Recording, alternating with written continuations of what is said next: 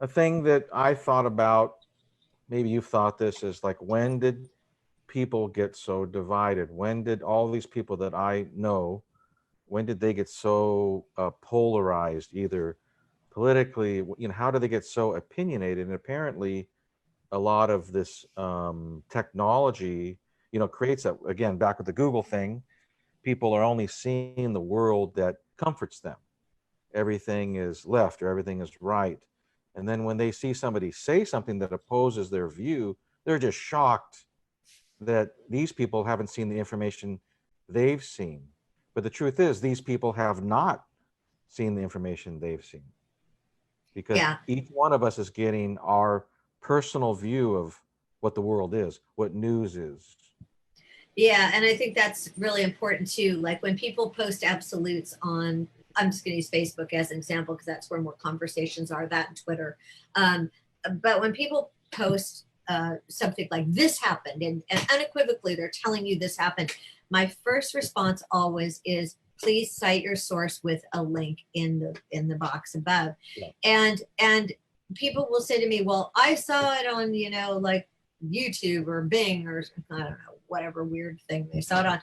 And my response is always like, these are my 5 news sites that I feel are a good overview and reputable. And that's CNN, Wall Street Journal, the New York Times, the LA Times, because I live in LA, and places like that. Those are the ones I go to online or I get delivered to my house. Mhm. So I don't want to just hear you saw it somewhere. It's kind of like, when your kid in the schoolyard is 5 people away, like the story changes. Um, How do they react to that when you say that? Sometimes they ignore me. Sometimes, very rarely, they cite a source, or somebody else usually will jump in and try to cite a source. And a lot of times it's a very vague source that's not a mainstream media that is governed.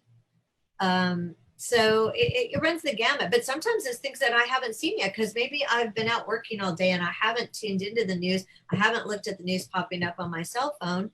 So they've actually helped me by then providing that link in the comments. So, there's a lot of that, but it is dividing us, like you said, because we would have conversations normally.